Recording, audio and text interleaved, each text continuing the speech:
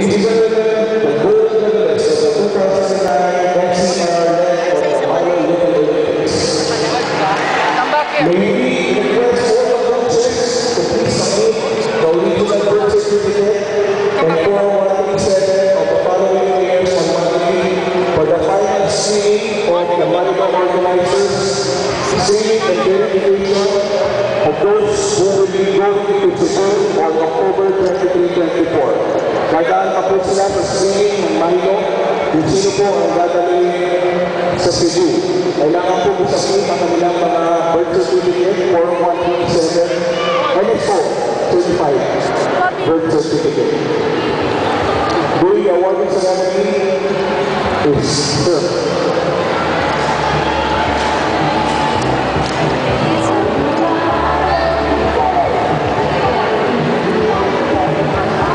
During the awarding is one of the senior member of the PTA Council, Mr.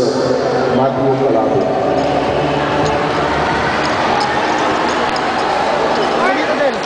For the player